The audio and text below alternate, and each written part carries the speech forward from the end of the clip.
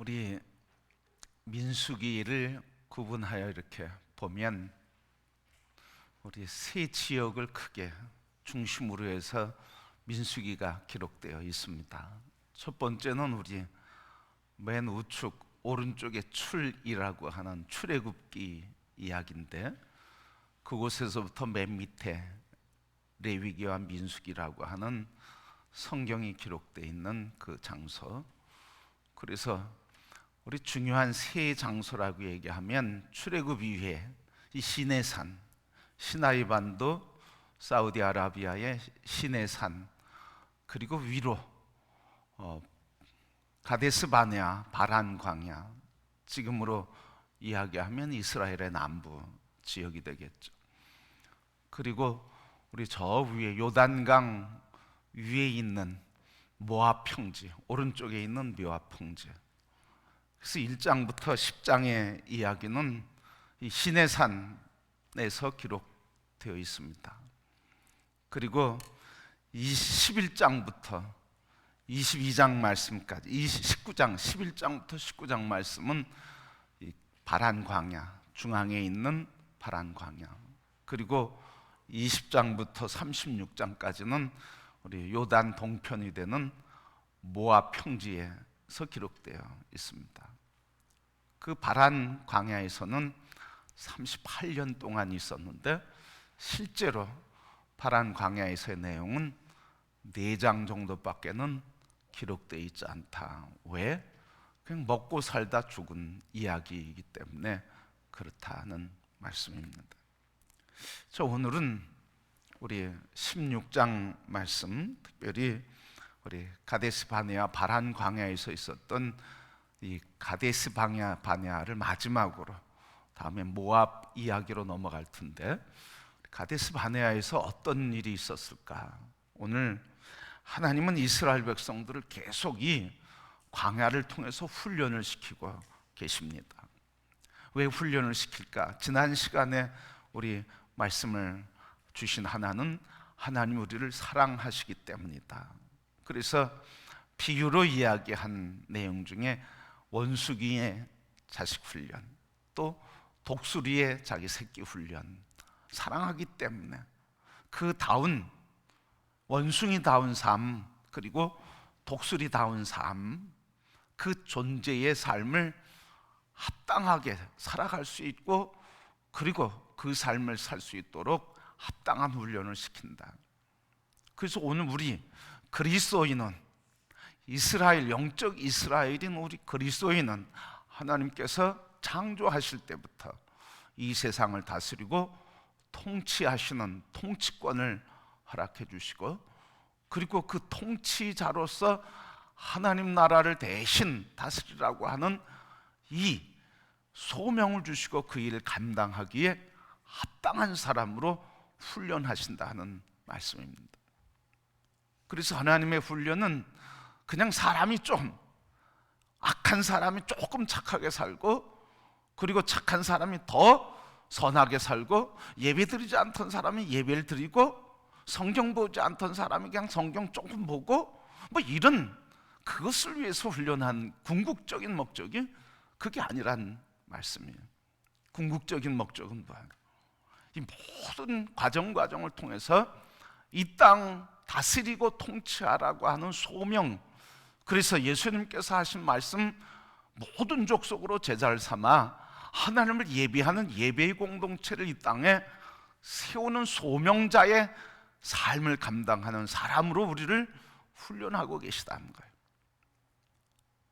그래서 훈련을 통해서 하나님께서 우리를 세계 각지에 보내시며, 우리의 삶에 머무른 이 자리가 하나님이 보내신 땅끝이라고 하는 선교적 신앙의 고백을 가지고 있는 자리에서 선교적 삶을 살아 내가 만나는 관계 속에서 그 관계 안에 있는 사람들을 예수의 사랑으로 사랑하고 섬기고, 그리고 그를 위해 중보기도 하고, 그에게 간증하며 말씀을 전하고 삶으로 복음을 전하면서 예수의 사람을 일으켜 세우는 것, 그리고 예배자가 되게 하는 것, 그 삶을 사는 게 오늘 우리들이고 그 일을 위해서 훈련시키신다는 말씀입니다.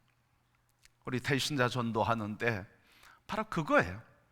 땅끝이 어디냐? 땅끝까지 이르러 내 증인되라고 하셨는데 오늘 내가 있는 자리가 땅끝이에요. 왜 여러분? 내가 앞을 바라보면 땅끝은 어디 있습니까?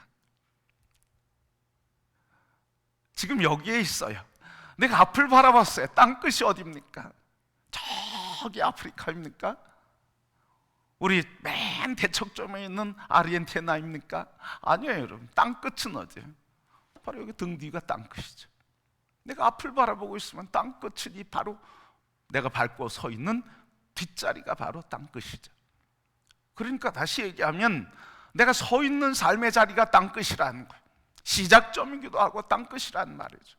땅끝까지 이르러 내 증인이 되라고 한 것은 멀리 나간다고 하는 개념뿐만 아니라 오늘 내가 서 있는 이 자리가 예루살렘이며 동시에 이 자리가 땅끝이다. 그래서 이 자리에서 선교적 삶을 살아야 된다.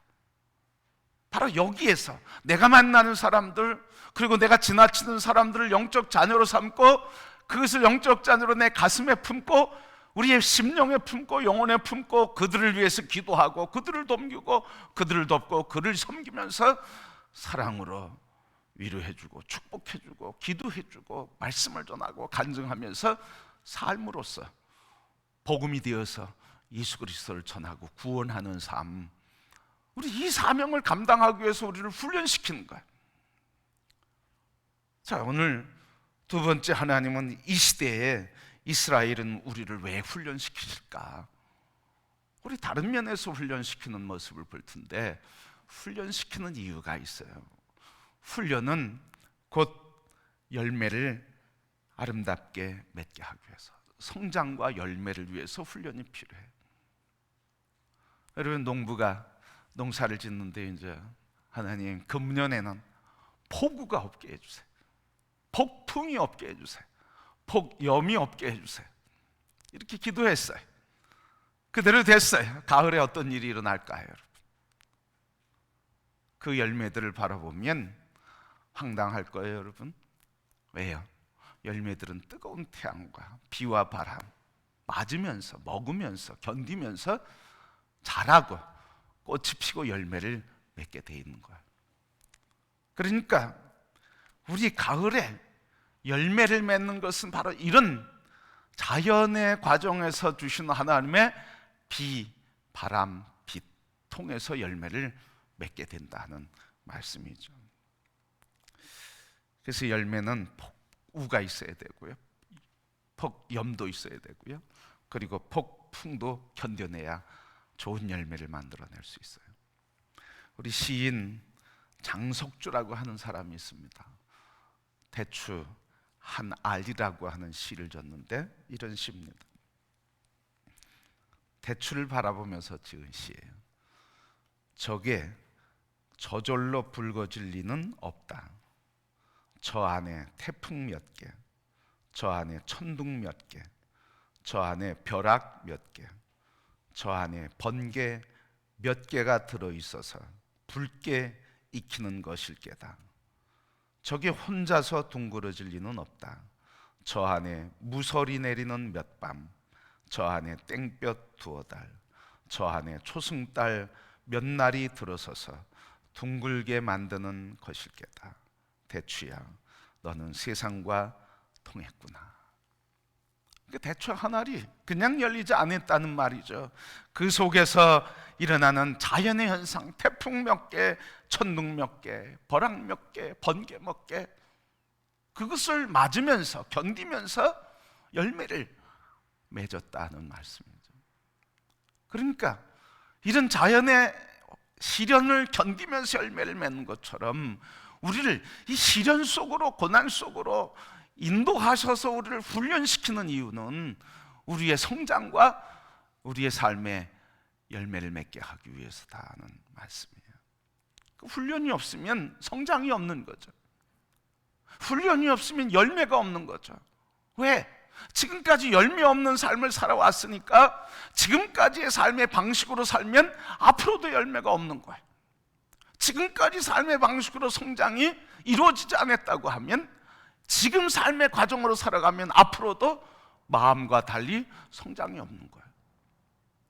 훈련이라고 하는 컨베이어 속으로 들어가서 그 과정을 통해서 훈련을 거치게 될 때, 컨베이어를 통해서 그 속에 서 있는 사람, 그곳에 서 있는 사람들로 인해서, 기계로 인해서 부품이 하나하나 조립되어 완성된 제품이 나오는 것처럼, 훈련이라고 하는 이 컨베이어 시스템 속으로 들어가서 훈련을 받을 때 성장하고 열매를 맺는다. 그래서 이 훈련, 시련을 통해서 훈련은 하나님 우리를 성장케 하시고 열매를 맺게 하시기 위해서 우리에게 이런 훈련을 하신다는 말씀이에요. 성경에 보면 다 훈련의 자리로 들어갔습니다. 다 훈련의 자리로. 그래서 제자는 훈련으로 만들어진다. 훈련이 없으면 성장도 없고 열매가 없다. 아담과 이브가 선악과를 따먹고 어디로 갔어요? 세상 속으로 보내지는 거예요. 훈련의 자리에 들어가는 거죠. 아브라함은 25년 동안 무슨 훈련 받았습니까? 기다림의 훈련을 받았어요. 그리고 이삭은 무슨 훈련을 받았습니까? 흉년이 들었을 때 하나님이 떠나지 말고 거기에 머물러서 심으라, 하는 이 말씀을 듣고 기다림의 훈련, 아버지가 받았다고 하면 이삭은 거기에서 순종의 훈련을 받았어요. 야곱은 욕망에 가득한 욕망의 화신이었어요. 장자의 축복, 물질의 축복을 받고 싶어하는 이 욕망에 가득한 이 야곱. 그래서 이 마지막에 환도뼈가 부러지는 그 과정을 통해서 욕망이 완전히 꺾어지는 부서짐의 훈련, 부서짐과 깨어짐의 훈련을 받았어요. 모세 40년 광야 동안은 무슨 훈련 받았습니까? 자기가 이스라엘을 해방시키겠다고 하는 이런 큰 꿈을 가지고 그것을 자기 힘으로 이루려고 하다가 40년 동안 자기 힘으로 할 수 없다고 하는 자기 힘을 내려놓는 40년의 내려놓음의 훈련. 그래서 하나님이 임재하셨을 때 뭐라고 그랬어요? 나 같은 게 뭘 할 수 있겠습니까? 그렇게 포기 선언을 하고 있는 거예요. 여호수아는 광야 40년 동안 무슨 훈련을 했습니까? 모세를 따라다니면서 섬김의 훈련을 했어요. 사무엘은 어렸을 때부터 하나님과 만나는 교제, 사귐의 훈련, 교제의 훈련을 했어요. 다윗은 무슨 훈련을 했습니까? 광야에서 도망다니면서 끝까지 놓지 않은 게 하나 있었죠. 기름 부음 받은 사울, 하나님이 세운 사람을 그게 존중하는 존중의 훈련을 받았어요. 그러니까 다 이 훈련을 통해서 하나님이 높여주신 거예요. 쓰신 거예요. 자, 오늘 우리 한번 우리 자신을 서로 돌아보고 우리 자신에게 한번 물어봅시다. 나는 지금 무슨 훈련을 받고 있는가? 나는 지금 어떤 훈련을 받고 있는가? 하나님 나를 지금 어떤 훈련을 통해서 나를 어떤 사람으로 만들어가고 계시고 나는 어떤 사람이 되기를 하나님이 원하시는지, 우리 자신은 지금 어떤 훈련을 받고 있는지 한번 우리 자신을 보는 거예요. 성도 여러분, 하나님이 모든 사람 예외 없습니다. 다 하나님 만지셔서 하나님이 기뻐하시는 거룩하고 순결하고 온전하고 하나님께서 우리에게 주신 이 통치권을 감당할 수 있도록 존귀한 자로 우리를 세워가시는 줄 믿습니다. 뭘 통해서? 우리가 불편한 일들을 통해서, 우리가 힘든 일들을 통해서, 우리가 회피하고 싶은 일들을 통해서 우리를 세워가고 계신 거예요. 왜? 그 문제만 해결하면 어떻습니까? 그 문제만 해결하면 그런 문제 때문에 불편하지 않고 힘들지 않아. 우리 부부 생활하면서 살면서 뭐 갈등이 없었겠어요? 다 갈등이 있죠. 근데 처음엔 갈등 때문에 막 충돌해요. 그러다가 한참 지나면서 질문이 생기는 거예요. 왜 우리는 이 문제에만 이르면 갈등을 하는가? 왜 우리 어머니 문제만 얘기하면 갈등을 하는가? 뭐 이런 문제가 부닥치는 게 있어요. 처음에는 서로 충돌하고 서로 논쟁을 하고 이러다가 지속 반복되니까 나중에는 이런 깨달음이 하나님 주시는 거예요. 뭐예요? 그 문제를 해결하면 갈등이 있다 없다? 갈등이 없어지는 거예요. 내가 그 문제를 해결하면 되는 거예요. 그러니까 그 문제를 충돌이 일어날 때 이 문제를 해결하면 충돌이 앞으로는 없구나. 그러니까 문제가 있을 때 그 문제를 문제로 보지 않고 앞으로 우리의 부부관계가 행복하게 하시는 하나님의 은혜의 기회가 되는구나. 그래서 문제가 생기면 왜 우리는 이렇게 갈등해야 하든지, 왜 우리는 이렇게 아파해야 되는지, 왜 우리는 이 문제만 생기면 서로 감정이 올라오는지, 이것을 이야기하기 시작하면서, 서로의 입장을 얘기하기 시작하면서 서로를 이해하고 서로를 더 품게 되니까 그 다음부터 문제가 생겨도 내 안에 감정이 일어나도 저 사람이 나를 싫어서가 아니라 저 사람이 이런 마음과 생각 때문에 그렇구나 하는 걸 알게 되니까, 그러니까 문제가 없어지기 시작하는 거예요. 그래서 평안해져, 행복해져. 그런데 문제가 생기면 이 문제 가지고 끝까지 누가 옳다 그렇다로 가면 문제 해결이 안 생기는 거예요. 왜? 자기 입장, 각자 입장에서는 다 옳잖아. 틀린 얘기 하나도 없잖아. 그렇기 때문에 문제 해결이 안 되는 거예요. 그런데 상대방의 마음을 이해하고 상황을 이해하고 왜 그럴 수밖에 없는지, 왜 그렇게 얘기할 수밖에 없는지, 왜 그렇게 반응하고 표현하는지, 왜 그렇게 아파하는지를 서로 알아가면서, 그래서 문제 해결이 되어 가는 거예요. 그러면 여러분, 이런 갈등이 뭐예요? 갈등이 훈련이죠. 나를 회복해가는 훈련이에요. 그래서 성도 여러분, 그거를 깨달은 다음부터는 우리 부부 문제나 교회 문제나 어떤 관계의 문제가 생겨도 뭐라고 고백하는 거예요? 하나님이 이런 문제 해결하라고 문제를 드러내시는구나. 그냥 그렇게 생각하는 거예요. 앞을 누가 줬느니 누가 문제더니 그게 아니야. 이 문제를 해결하면 된다고 하시는 거구나. 그래서 이렇게 흔들어서 문제가 드러나면 불편하고 힘들어도 은혜가 있는 거죠. 이거 해결하면 하나님이 은혜를 더하여 주시는구나. 그리고 그 문제를 해결해 가는 거예요. 그래서 여러분, 이 광야, 훈련, 이 인생에 만나는 문제는 하나님의 은혜의 통로, 성숙의 통로, 열매를 맺게 하시는 하나님의 축복인 줄 믿습니다.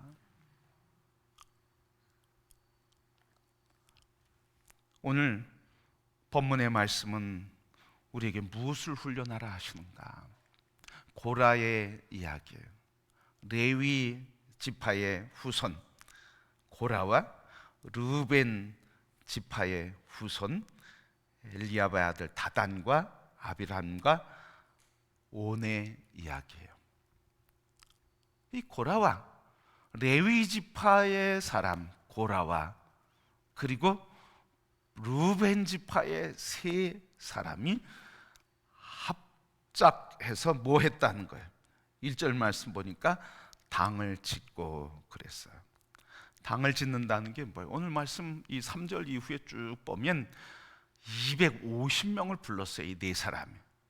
이스라엘의 족장들, 이 지역에 있는 족장들을 250명을 불렀어요.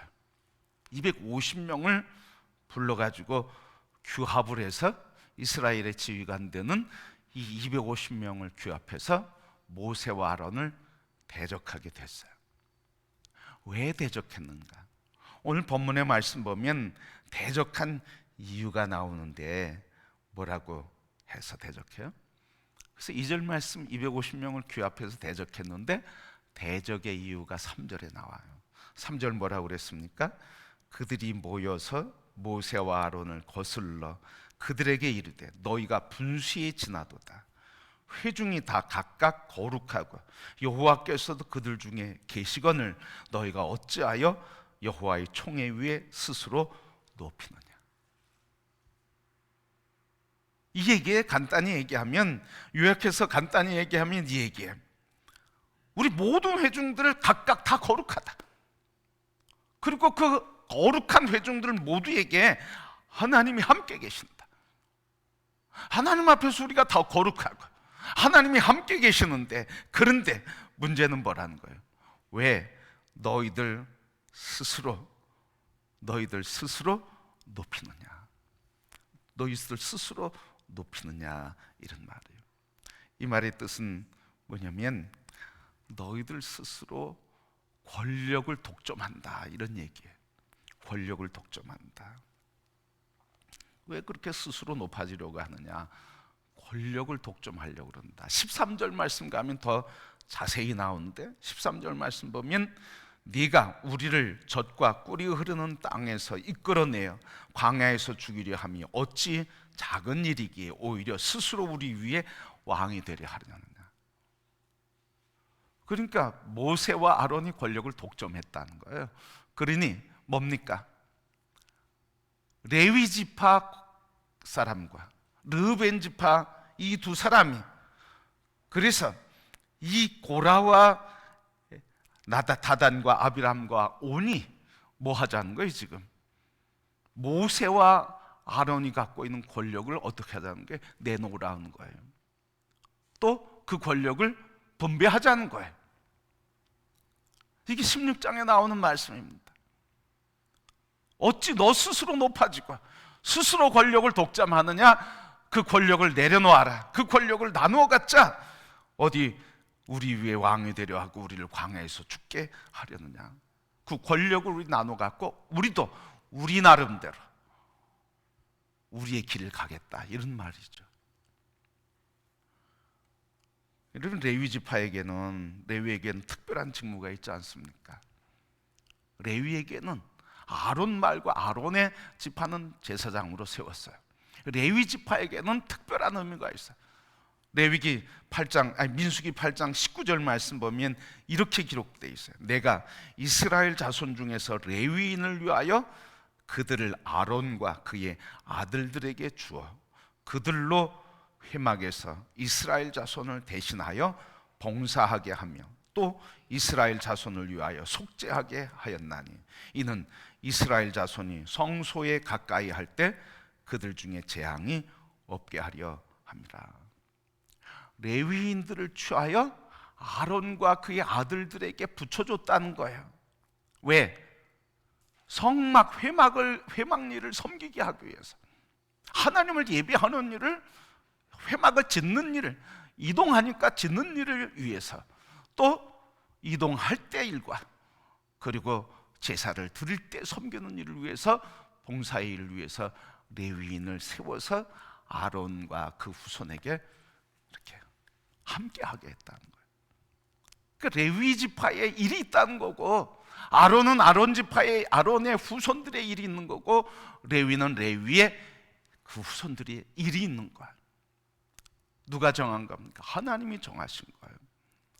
그런데 오늘 이 문제를 가지고 레위 지파가 아론의 후손이 하는 제사장의 권력이라고 생각한 거예요. 권력을 갖겠다.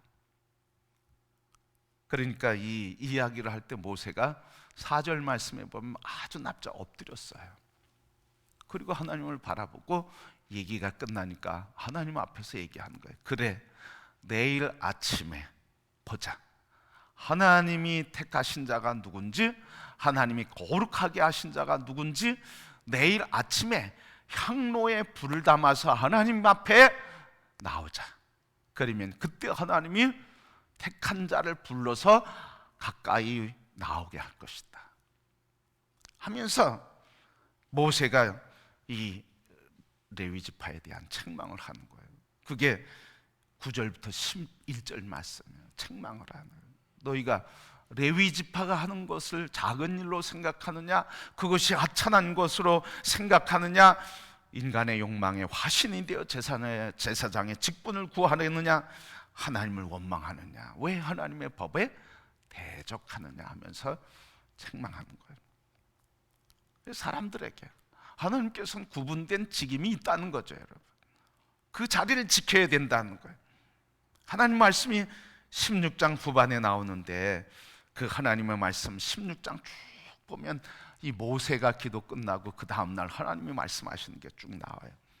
그래서 모였는데, 아침에 모였는데, 향불을 가지고 모였는데 지휘자가 되는, 지도자가 되는 250명이 다 향불을 가지고 모였어요.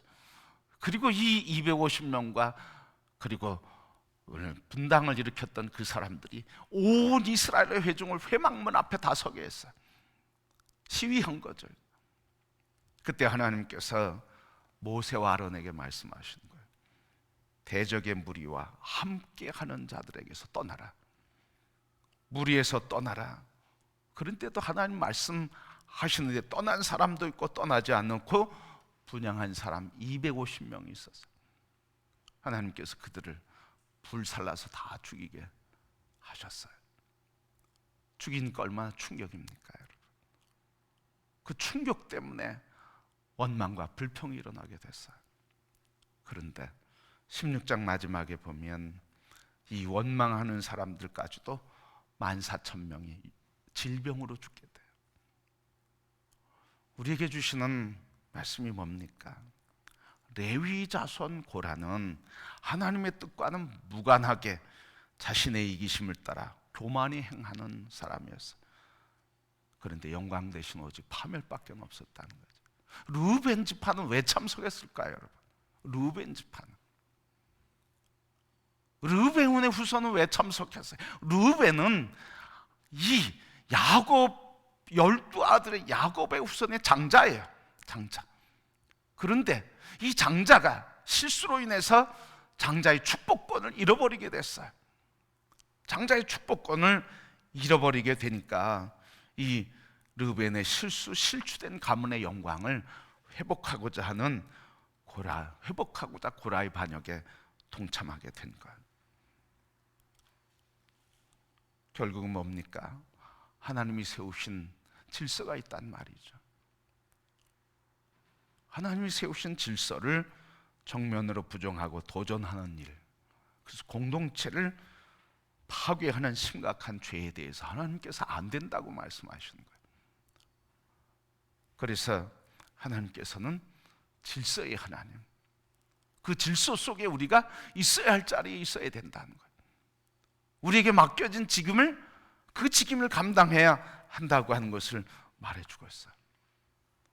그래서 우리 신약시대에 오면 어떻습니까? 성령이 하나 되게 하신 것을 힘써 지키라. 성령이 하나 되게 하신 것을 힘써 지키라. 에베소 4장 3절 4절 말씀, 평안에 매는 줄로 성령이 하나 되게 하신 것을 힘써 지키라. 몸이 하나요 성령도 한 분이시니 이와 같이 너희가 부르심의 한 소망 안에서 부르심을 받았느니라. 또 고린도전서 1장 10절 말씀, 형제들아 내가 우리 주 예수 그리스도의 이름으로 너희를 권하노니 모두가 같은 말 하고 너희 가운데 분쟁이 없이 같은 마음 같은 뜻으로 온전히 합하라. 바로 그리스도의 말, 그리스도의 마음, 그리스도의 뜻, 하나님의 말씀, 하나님의 마음, 하나님의 뜻에서 하나 되라는 거예요. 하나님이 주인 되신다, 하나님이 주권자 되신다, 하나님이 통치자 되시고 하나님이 이끌어 가시니 그 뜻에 하나 되어서 그래서 성령이 하나 되게 하시는 역사 속에 하나 되라고 우리에게 말씀하고 있어요. 그래서 우리가 있어야 할 설 자리가 어디입니까? 우리가 있어야 할 설 자리는 하나님의 말씀 앞에 서요. 우리가 설 자리는 어디입니까? 하나님이 우리를 통해 맡겨주시고 부여해 주신 소명의 자리, 우리가 서야 할 자리예요. 우리가 서야 할 자리는 어디입니까? 우리를 통해서 이루신 하나님의 뜻에, 그리고 하나님의 말씀에, 하나님의 소명에 그 자리가 우리가 있어야 할 자리입니다. 그것을 잃어버리면 우리가 주님 앞에서 길을 잃어버리는 거예요. 오늘 우리 태신자 전도에 대한 계속 광고를 하고 이번 주 태신자 전도 선포 작정 주의를 이제 시작하게 됩니다. 바로 우리가 서 있어야 할 자리가 어디입니까? 우리가 서 있어야 할 자리는 예수님이 하신 말씀의 자리, 사랑의 자리, 제자를 세우는 그 자리, 땅끝까지 이르러 증인된다고 하신 그 말씀 따라 성령이 역사하시는 그 자리, 그래서 주님의 부르심의 소명의 자리 우리가 다 함께 설 때 그때 하나님의 교회는 하나님의 말씀, 하나님의 뜻, 하나님의 마음에 합해서 하나 되어서 주의 영광의 역사를 이루게 하시는 줄 믿습니다. 이제 우리 삶의 과정에서 문제가 있을 때, 문제는 문제가 아니라는 거예요. 문제는 뭡니까? 하나님이 우리에게 우리를 성숙하게 하고 열매 맺게 하시고자 하는 은혜의 통로가 되는 것이다. 그러므로 문제를 해결할 때 갈등이 줄어지고 문제가 없어지며 그리스도 예수 안에서 우리에게 성령이 하나 되게 하시는 순종의 역사를 이루어감으로 하나님의 사람으로 온전케 되고 성숙해 우리에게 맡겨주신 우리의 삶의 자리, 우리 보냄받은 자리, 우리를 통해 일하고자 하시는 주님의 말씀과 주님의 마음과 주님의 뜻 안에서 함께 영광스러운 주님의 나라를 세우며 교회를 세우며 주님 앞에 함께 서게 되는 줄 믿습니다.